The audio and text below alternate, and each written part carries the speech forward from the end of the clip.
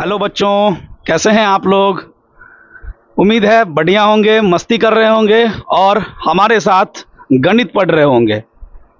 ऊंचाई एवं दूरी अभी चल रहा है, उसमें यह अगला वीडियो है। पिछले वीडियो में हमने प्रश्नावली 9.1 का क्वेश्चन नंबर 1, 2, 3 और 4 किया था। आज बारी है उससे आगे क्वेश्चन नंबर 5 की। उम्मीद है आप सीख रहे होंगे, फिगर बनाना सीखे होंगे और मेहनत कर रहे होंगे। ये चैप्टर महत्वपूर्ण है, इसीलिए जमकर मेहनत कीजिए इस चैप्टर पे और पूरी तरह से इस चैप्टर पे कमांड हासिल कीजिए। तो हम चलते हैं क्वेश्चन के साथ सीधे क्वेश्चन नंबर 5।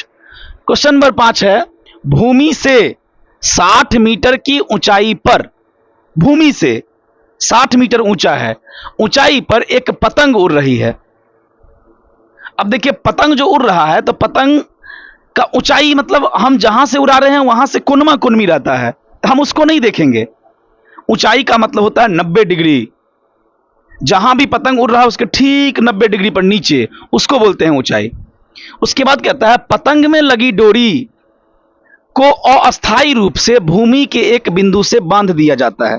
पतंग में जो डोरी लगी हुई है, रस्सी लगी है, तो देखते होंगे लंबे लंबी रहता है ऐसे करके, उसको जमीन पर एक खूंटे से बांध दिया गया है। फिर कहता है, भूमि के साथ डोरी का झुकाव 60 डिग्री है। जहां पर जैसे अगर ये जमीन है, पतंग उड़ रहा है और वहां से डोरी लेके यहां पर बांधे हैं, तो यहां जो ऐसे करके डोरी बांधे हैं, तो डोरी और जमीन इसके बीच का झुकाव 60 डिग्री का है। ये क्वेश्चन में बोला है। और कहता है, यह मानकर कि डोरी में कोई ढील नहीं है। जब आप पतंग उड़ाते होंगे घर पे तो देखते होंगे डोरी ऐसे करके जाता होगा, बीच में झुका हुआ होता होगा, तब ऐसे होता होगा। लेकिन इसमें क्या बोला है, यह मानकर कि डोरी में कोई ढील नहीं है। समझ गए, कोई ढील नहीं है। डोरी की लंबाई ज्ञात कीजिए। पहले हम फिगर बनाएंगे, तो फिगर फिर से क्वेश्चन को पढ़ते हैं। भूमि से 60 मीटर की ऊंचाई पर, तो पहले हमको भूमि बनाना पड़ेगा, तो हम एक भूमि बनाते हैं।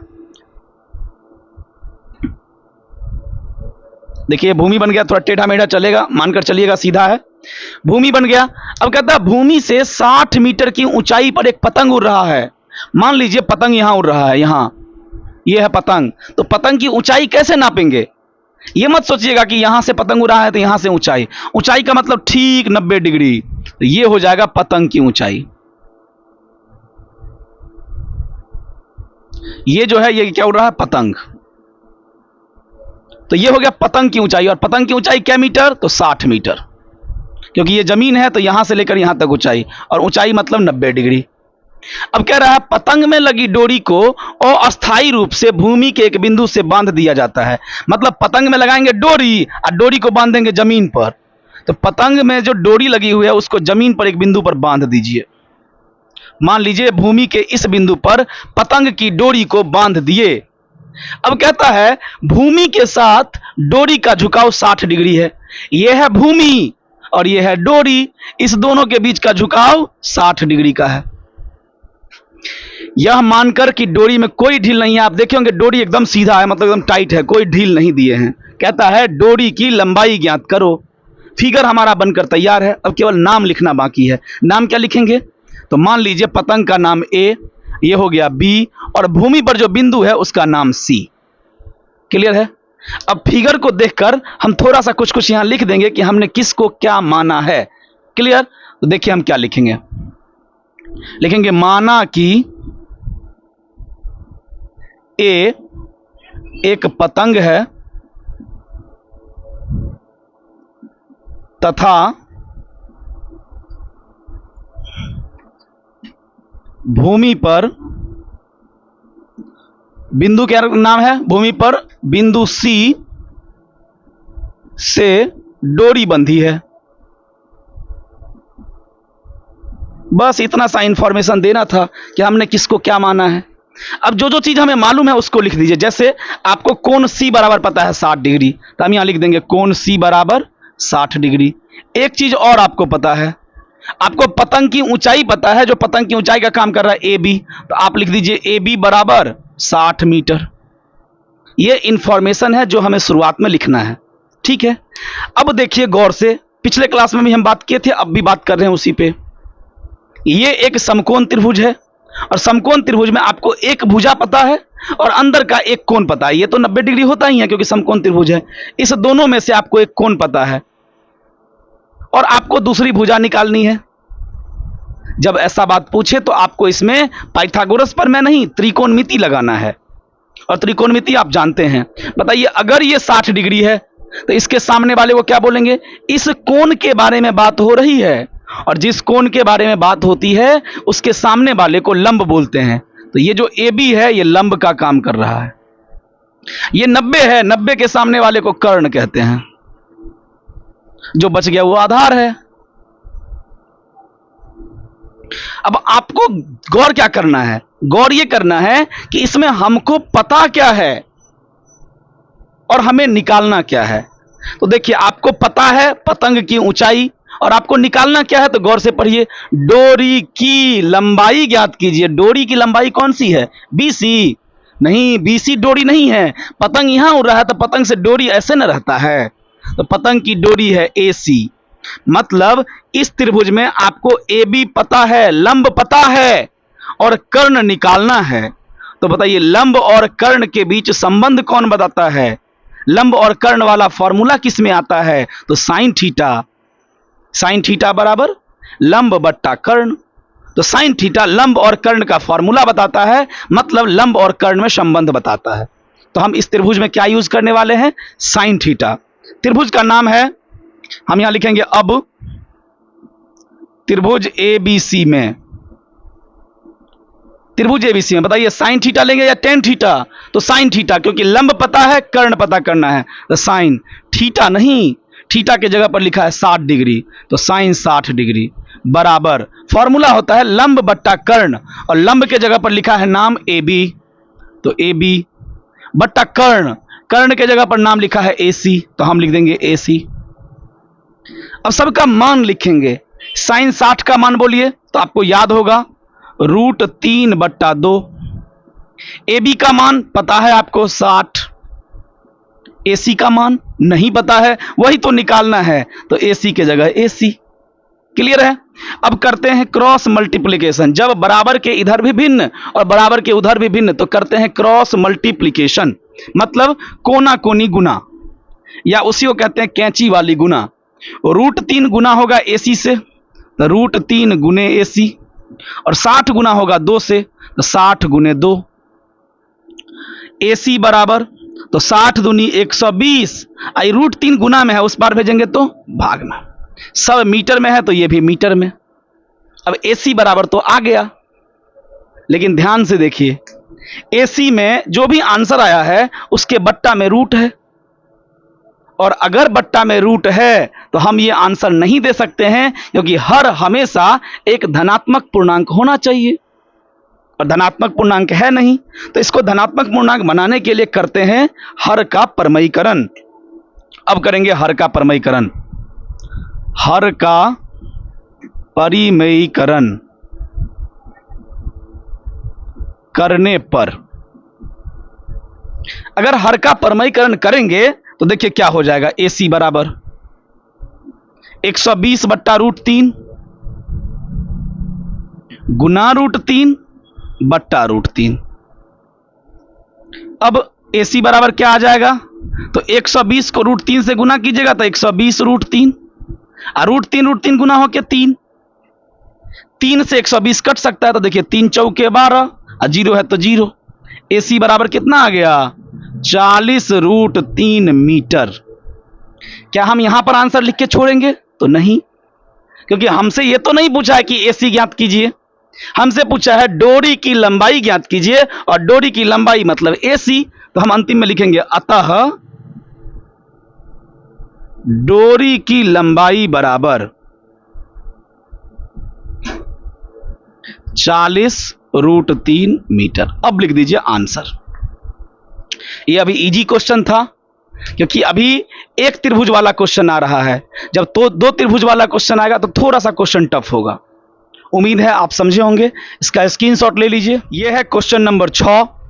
बेहतरीन क्वेश्चन है, बढ़िया क्वेश्चन है, और पहली बार इसमें फिगर में 2 त्रिभुज बनेगा।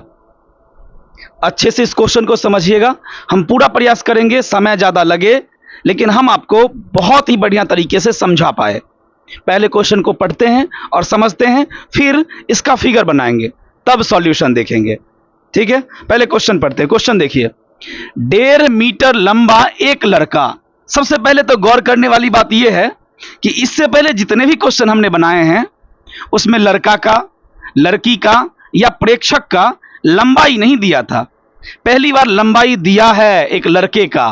आप बताइए, इसमें लड़का बनाना पड़ेगा लंबा सा कि बिंदु बनाएंगे? तो इसमें लड़का बनाना पड़ेगा 1.5 मीटर का। समझ गए? फिर आगे पढ़ते हैं। कहता है 1.5 मीटर लंबा एक लड़का 30 मीटर ऊंचे भवन से कुछ दूरी पर खड़ा है। ये तो समझ गए होंगे, एक भवन है, जैसे ये है जमीन, तो जमीन पर मान लेते हैं ये एक भवन खड़ा है ऐसे करके। अब इस भवन से 30 मीटर की दूरी पर, नहीं, भवन 30 मीटर ऊंचा है, ये भवन 30 मीटर ऊंचा है और यहां एक 1.5 मीटर का लड़का खड़ा है छोटा सा। ये बात बोला है अभी तक। इसके आगे पढ़ते हैं। कहता है जब वह ऊंचे भवन की ओर जाता है, इसका मतलब समझिए, जैसे ये भवन है, ये लड़का यहां पर खड़ा था और कहता है ये लड़का ऊंचे भवन की ओर जाता है। ओर जाता है मतलब यहां पर खड़ा था और ये भवन की तरफ इधर आया है। बोलेगा भवन से दूर गया तो ये इधर जाता, लेकिन बोला ऊंचे भवन की ओर आया है तो यहां से इधर की ओर खिसक के आएगा। कहता है जब वह ऊंचे भवन की ओर जाता है तब उसकी आंख से भवन के शिखर का उन्नयन कोण, भवन के शिखर का उन्नयन कोण 30 डिग्री से 60 डिग्री हो जाता है। बताइए कि वह भवन की ओर कितनी दूर चलकर गया। आप अगर इसका फिगर बहुत अच्छे से बना लीजिएगा तो क्वेश्चन में ज्यादा जान नहीं है। हम क्वेश्चन का फिगर बनाते हैं बहुत बढ़िया ढंग से। सबसे पहले देखिए, कहता है 1.5 मीटर लंबा एक लड़का 30 मीटर ऊंचे भवन से कुछ दूरी पर खड़ा है। और लड़का भी खड़ा है, भवन भी खड़ा है, दोनों खड़ा होगा किस पर? तो जमीन पर। तो सबसे पहले हमें बनाना पड़ेगा जमीन, मतलब भूमि। पहले भूमि बनाते हैं। हमने ये भूमि बना दिया। अब भूमि पर खड़ा करते हैं एक भवन को, और एक भवन खड़ा कर लेते हैं। एक भवन खड़ा कर लिया। देखिए 1.5 मीटर लंबा एक लड़का 30 मीटर ऊंचे भवन से, तो ये भवन जो है ये कितना मीटर ऊंचा? तो 30 मीटर ऊंचा। क्लियर? और 1.5 मीटर लंबा एक लड़का 30 मीटर ऊंचे भवन से कुछ दूरी पर खड़ा है। अब वो लड़का खड़ा है, कितनी दूरी पर खड़ा है ये नहीं पता है, तो हम एक लड़के को खड़ा कर देंगे। हम अगर लड़का बोला होता तो हम बिंदु बनाते, लेकिन बोला है 1.5 मीटर लंबा एक लड़का, तो हमें 1.5 मीटर का एक लड़का बनाना पड़ेगा। तो हम एक लड़के को बनाते हैं, रेड पेन से बनाते हैं। यह है एक लड़का। इस बार आप देखे होंगे भवन को हम लाइन खींचे हैं, लड़का का भी लाइन बनाए हैं। अब वो सब छोड़ दीजिए कि लड़का को लड़का जैसा बनाइए, ये सब खत्म। और ये लड़का कितना मीटर ऊंचा? तो 1.5 मीटर लंबा है। क्लियर है? फिर आगे पढ़ते हैं। जब वह भवन की ओर जाता है, यह लड़का पैदल चल के भवन की तरफ आ रहा है, तो उसकी आंख से, लड़का की आंख से भवन के शिखर का उन्नयन कोण 30 डिग्री से 60 डिग्री हो जाता है। अगर आपको थोड़ा बहुत याद होगा तो याद कीजिए। अगर ये लड़का यहां खड़ा है तो इसको आंख मानेंगे, आंख तो माथा पे होता है, तो इसको आंख मान लेते हैं। और तो ये आंख का काम क्या है? सीधा देखना, एकदम क्षैतिज देखना ऐसे करके। तो ये लड़का ऐसे देखेगा।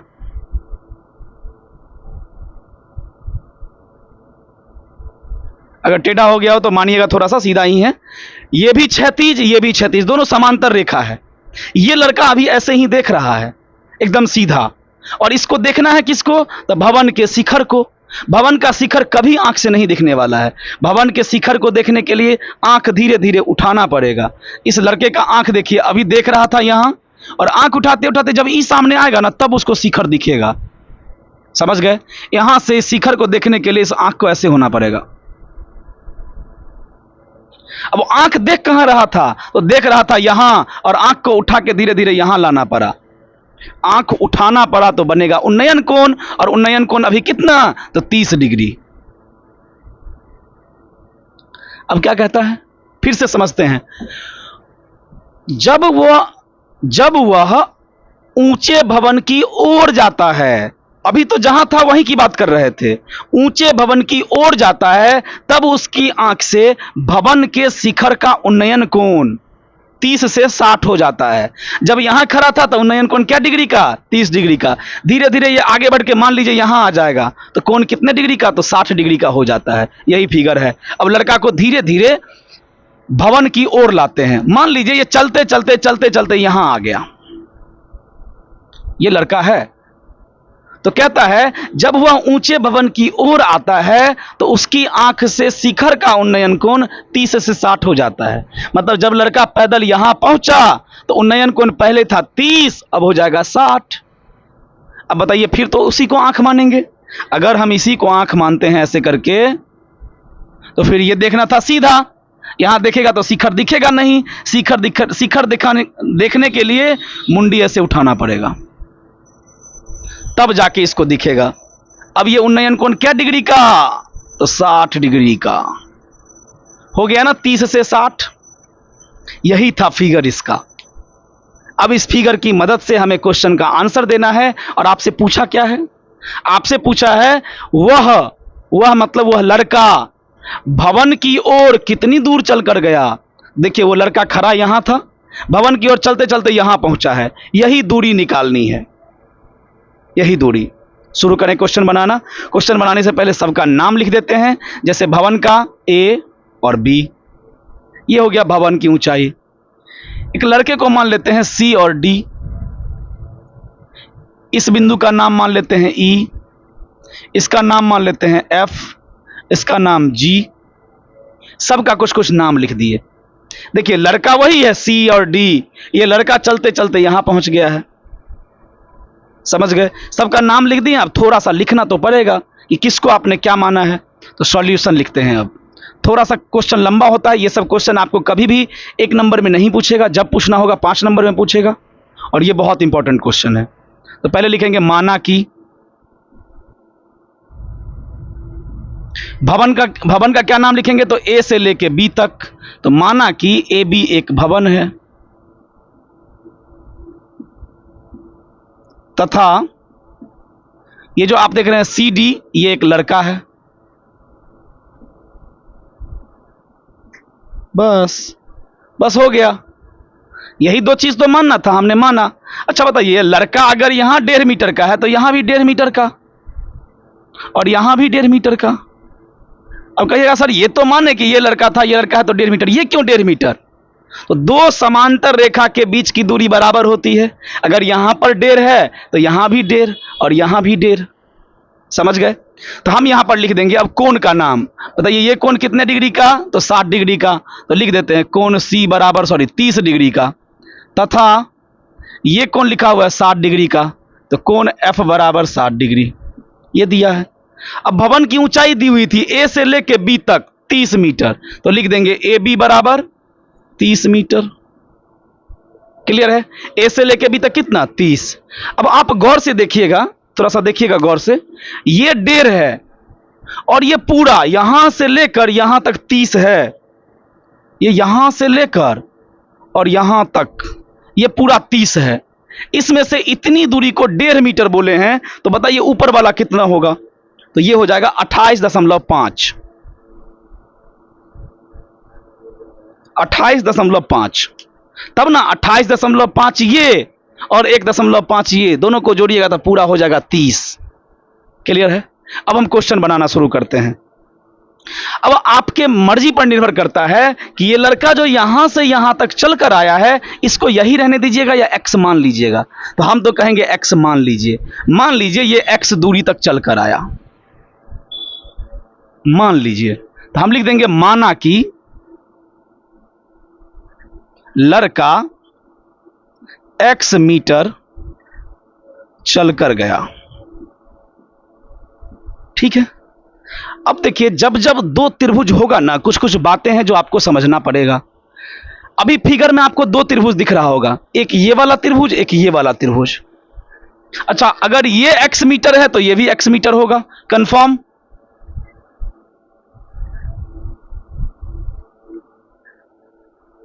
अगर इस फिगर में दो त्रिभुज है तो कंफर्म है, जब जब फिगर में दो त्रिभुज आए तो याद रखिएगा दोनों त्रिभुज में कोई ऐसा चीज जरूर आएगा जो आपस में बराबर हो। जैसे अगर हम बात करेंगे इस त्रिभुज का, गौर से देखिएगा तो ये 60 डिग्री है, सामने वाला लंब कहलाएगा, ये आधार कहलाएगा। ठीक है, अब हम इस बड़े त्रिभुज की बात करें 30 डिग्री वाले का, तो 30 के सामने में ये क्या पड़ेगा, लंब, और नीचे वाला ये पूरा आधार। तो देखिएगा ये जो 28.5 है इसके लिए भी लंब और इसके लिए भी लंब और दोनों के लिए लंब 28.5। यही तो क्वेश्चन को तोड़ने का तरीका है, यही एक लूप होल है जो क्वेश्चन को क्लियर करेगा। जब दो त्रिभुज वाला फिगर बनेगा तो निश्चित तौर पर है कि दोनों त्रिभुज में कोई ना कोई चीज आपस में बराबर होगा।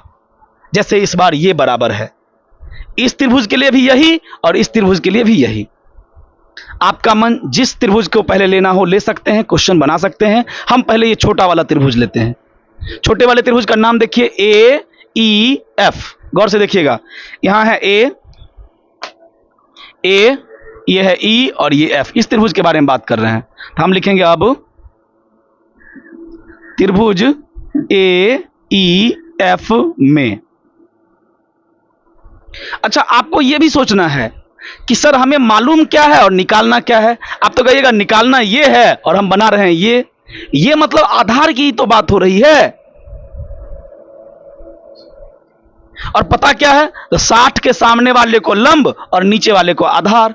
लंब और आधार में संबंध कौन बताता है, तो tan थीटा।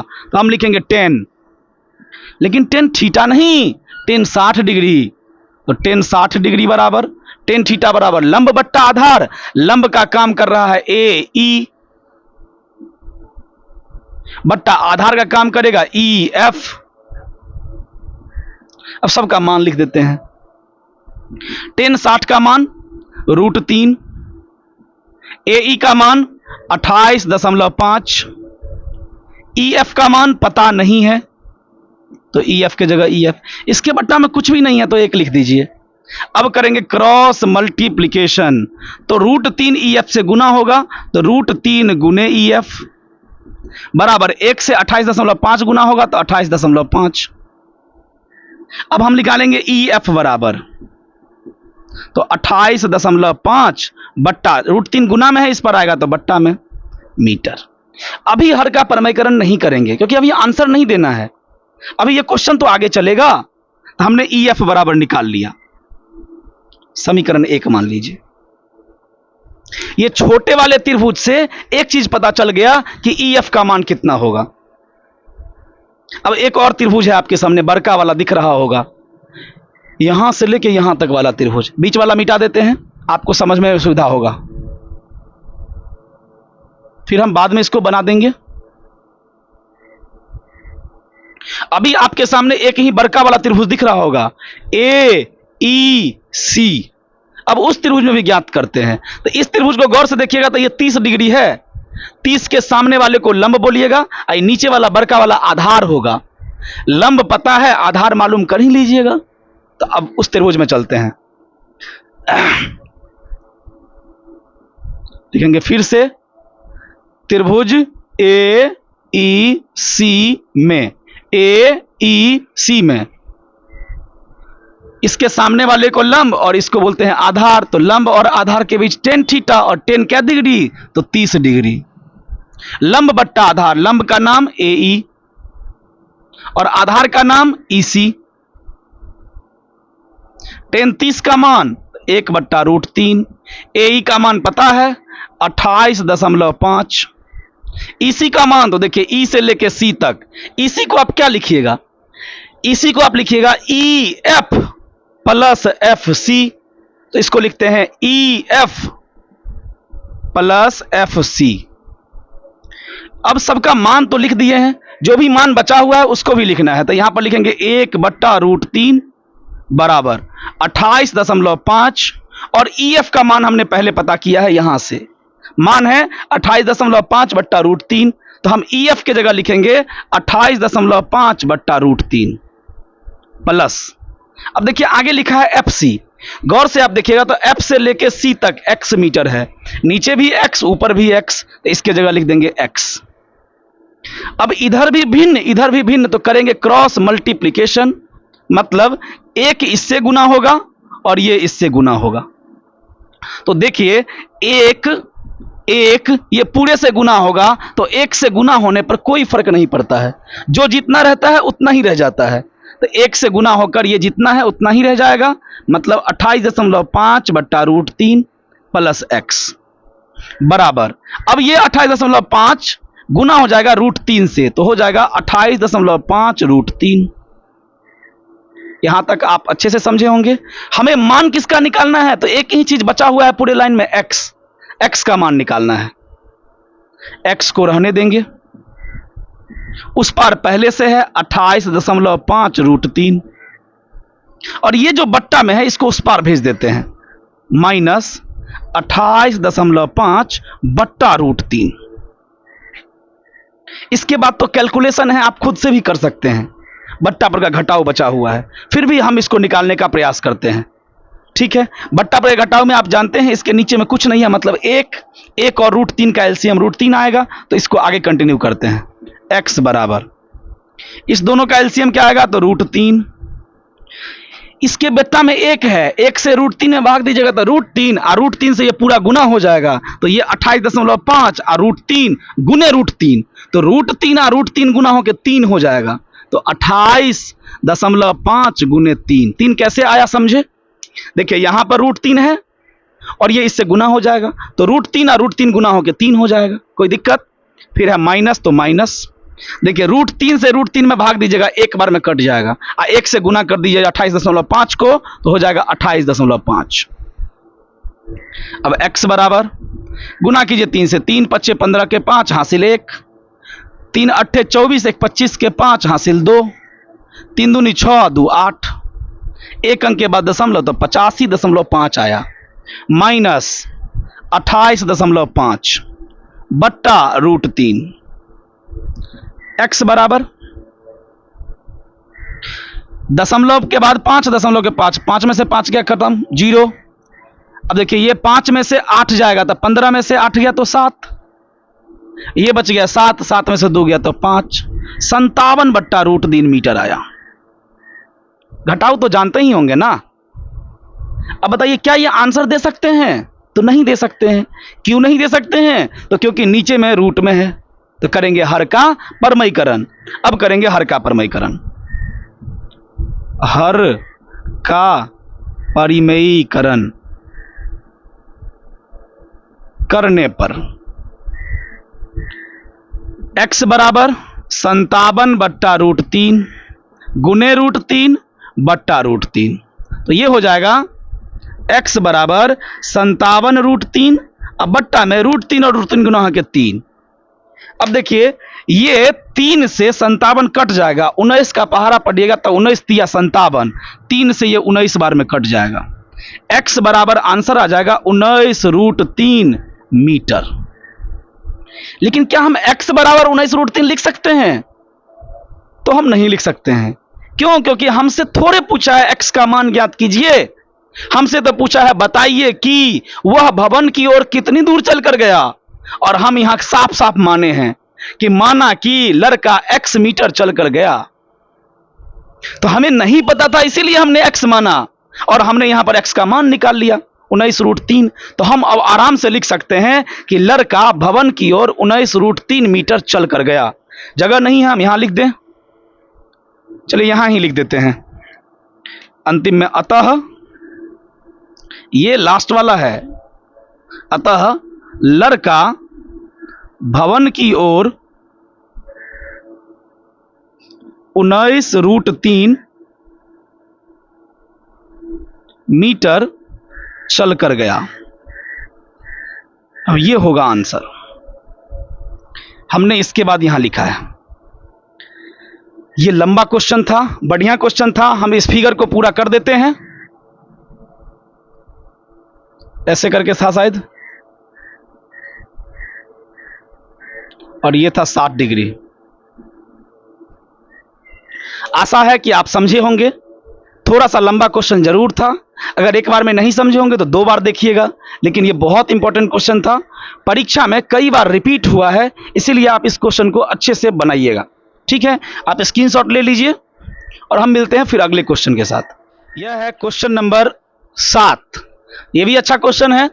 भूमि के एक बिंदु से एक 20 मीटर ऊंचे भवन के शिखर पर लगी, मतलब एक भवन है ऐसे करके, और भवन के शिखर पर एक मीनार और लगा हुआ है ऐसे करके।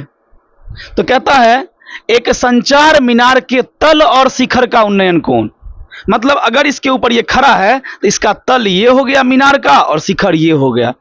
एक बार मतलब तल को देखता है और एक बार शिखर को देखता है। जब तल को देखता है तो 45 डिग्री का उन्नयन कोण, और जब शिखर को देखता है तो 60 डिग्री का उन्नयन कोण बनता है। तो मीनार की ऊंचाई ज्ञात कीजिए। पहले हम इसका फिगर बनाते हैं। देखिए, सबसे पहले तो बनाएंगे भूमि। भूमि पर खड़ा करेंगे एक 20 मीटर ऊंचा भवन।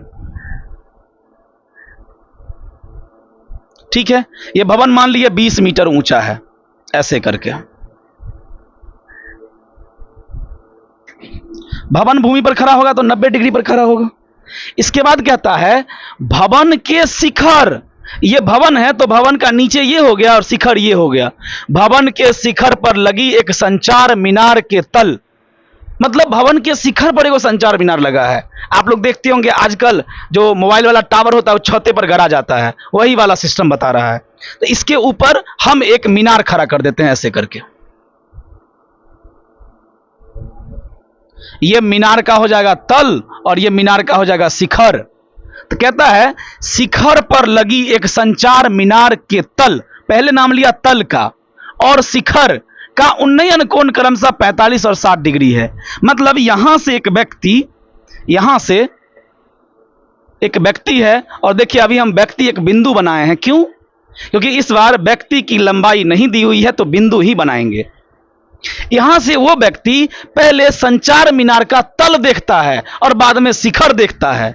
तो पहले ये देखेगा यहां से संचार मीनार का तल, ये है वो संचार मीनार, संचार मीनार ये है, और ये है भवन, ये है भवन। यहां से ये संचार मीनार का पहले तल देखेगा। बताइए तल कैसे दिखेगा उसको? यहां अगर व्यक्ति है तो उसका आंख तो हम यही मानेंगे, और आंख का काम है सीधा देखना। कभी भी इसको ये संचार मीनार का तल नहीं दिखेगा तो धीरे धीरे आंख उठाना पड़ेगा और उठाते उठाते ऐसे करना पड़ेगा, तब जाकर इसको संचार मीनार का तल दिखेगा। और आंख देख रहा था यहां और देखना पड़ा यहां, तो बताइए उन्नयन कोण बना कितने डिग्री का? तो पहले देखिए नाम लिया 45 डिग्री, तो यहां हो जाएगा 45 डिग्री। फिर कहता है तल और शिखर का उन्नयन कोण, मतलब अब की बार शिखर देखेगा। अब देखिए आंख का काम था यहां देखना और देखना है इसको शिखर ऐसे करके ऊपर, तो आंख बहुतेक उठाना पड़ेगा। वो आंख उठाते उठाते ऐसे उठाते उठाते ई सामने आएगा, तब जाके ऐसा बनेगा। और इस बार आंख कितना उठाना पड़ा? तो 60 डिग्री। तो हम ये कोण बना देंगे यहां से लेकर यहां तक 60 डिग्री। तो कहता है मीनार की ऊंचाई ज्ञात कीजिए। मीनार, इसकी ऊंचाई ज्ञात करनी है। फिगर बनकर तैयार है, बस नाम लिखना बाकी है, लिखते हैं। मान लेते हैं इसका नाम ए, इसका नाम बी, इसका नाम सी और ये डी। आप क्या लिखिएगा सॉल्यूशन में? माना कि ए बी एक मीनार है, मीनार, तथा बी सी एक भवन है। अच्छा, भूमि पर जो व्यक्ति खड़ा है उस व्यक्ति का क्या नाम है? डी।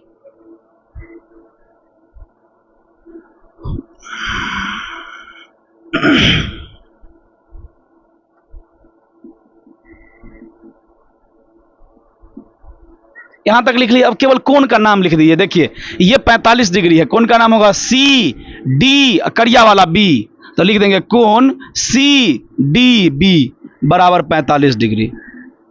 तथा एक और कोण है बुआ, ई कोण बड़का वाला है, यहां से लेके यहां तक, तो लिखेंगे सी डी या बुल्लू वाला ए, तो कोण सी डी ए बराबर क्या डिग्री? तो 60 डिग्री।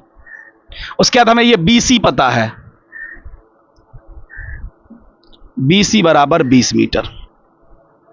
अब आपसे पूछा मीनार की ऊंचाई ज्ञात कीजिए, ये लाल वाला मीनार की ऊंचाई नहीं पता है, तो हम मीनार की ऊंचाई जो ए भी लिखा है ना उसको x लिख लेते हैं, यहां लिख लेते हैं x मीटर। तो ये लिखना पड़ेगा, माना कि AB बराबर x मीटर। अब बनाना शुरू करते हैं, एक एक करके त्रिभुज लेते हैं। पहले कोशिश कीजिए छोटा वाला त्रिभुज फिर बड़ा वाला त्रिभुज। अच्छा फिर से आप याद कीजिए हमने क्या कहा था, अगर किसी फिगर में दो त्रिभुज बनेगा तो गारंटी है कि दोनों त्रिभुज में कोई ना कोई एक चीज जरूर ऐसा होगा जो बराबर होगा। आप गौर से देखिए, ये 45 डिग्री है, तो ये छोटे वाले त्रिभुज के लिए ये काम करेगा लंब का और ये काम करेगा आधार का। आधार मतलब CD। अब 60 डिग्री वाला कौन भी देखिए, बड़का वाला त्रिभुज का, इसके सामने वाला ये पूरा लंब का काम करेगा, लेकिन आधार का काम नीचे वाला करेगा, मतलब CD। पहले वाले में भी आधार CD और दूसरे वाले में भी आधार CD। चलिए शुरुआत करते हैं इस छोटे वाले त्रिभुज से, तो इसको मिटा देते हैं, आपको तकलीफ देगा, अभी इसको मिटा देते हैं। ये त्रिभुज का नाम बोलिए, तो त्रिभुज हो जाएगा BCD। तो लिखेंगे अब त्रिभुज BCD में ये 45 है तो सामने वाला लंब और ये हो जाएगा आधार, क्योंकि ये आधार दोनों में बराबर है। और लंब और आधार के बीच संबंध कौन बताता है, tan थीटा। लेकिन tan थीटा नहीं, tan 45 डिग्री। और tan 45 बराबर लंब बट्टा आधार। लंब का मतलब BC, तो लंब के जगह BC और बट्टा आधार, आधार के जगह CD। अब मान बैठाते हैं, tan 45 का मान 1, BC का मान तो 20, CD का मान तो पता नहीं है, तो CD के जगह CD। एक के बट्टा में कुछ नहीं है तो एक मान लीजिए। करेंगे क्रॉस मल्टीप्लीकेशन, तो 1 से गुना होगा CD तो CD, 1 से गुना होगा तो 20 तो 20, तो CD बराबर आ गया 20 मीटर। क्या हम CD की जगह 20 मीटर लिख दें, सुविधा रहेगा, क्योंकि हमें प्राप्त हो गया समीकरण 1। एक त्रिभुज का काम खत्म हो गया। अब हम बड़े वाले त्रिभुज में चलते हैं, तो छोटे वाले त्रिभुज को हम मिटा देते हैं आपकी सुविधा के लिए। आप याद कीजिए बड़ा वाला त्रिभुज ऐसे ही था और यहां पर ऐसे करके लिखा था 60 डिग्री, लिखा था ना। बड़ा वाला त्रिभुज दिख रहा है, बड़े वाले त्रिभुज का क्या नाम है, तो ACD। तो लिखेंगे अब पुनः त्रिभुज ACD में, ध्यान से देखिए ACD को, ये कोण के बारे में बात हो रही है 60 डिग्री। सामने वाला यहां से लेकर यहां तक पूरा लंब और नीचे वाला ये आधार। लंब और आधार के बीच संबंध tan थीटा, लेकिन tan थीटा नहीं, tan 60 डिग्री बराबर लंब बट्टा आधार, और लंब का मतलब AC और आधार का मतलब CD। tan 60 का मान √3, AC का मान तो देखिए A से लेके जब आप C तक आइएगा तो इसको लिखिएगा AB प्लस BC, नहीं लिखिएगा, दो भाग में टूटा हुआ है, मीनार प्लस भवन।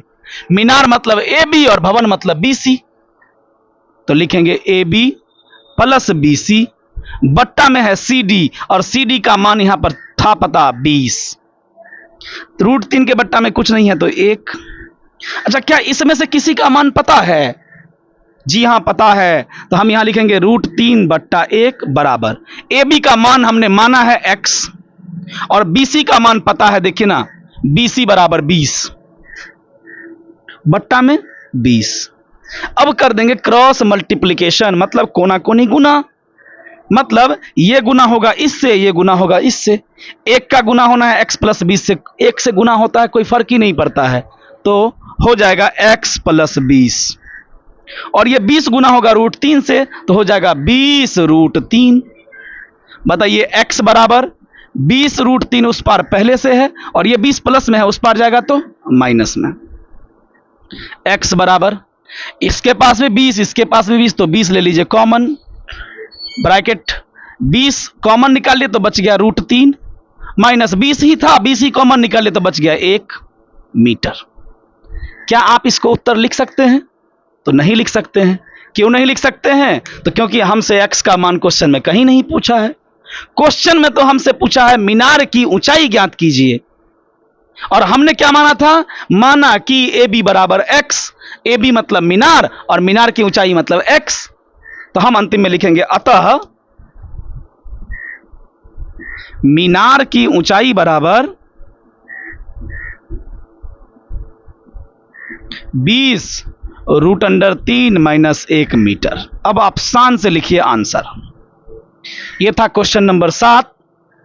थोड़ा सा समय तो ज्यादा लग रहा है, चैप्टर ही ऐसा है कि समझाना बहुत पड़ता है। हम इस फिगर को पूरा कर देते हैं ताकि आपको उतारने में सुविधा हो।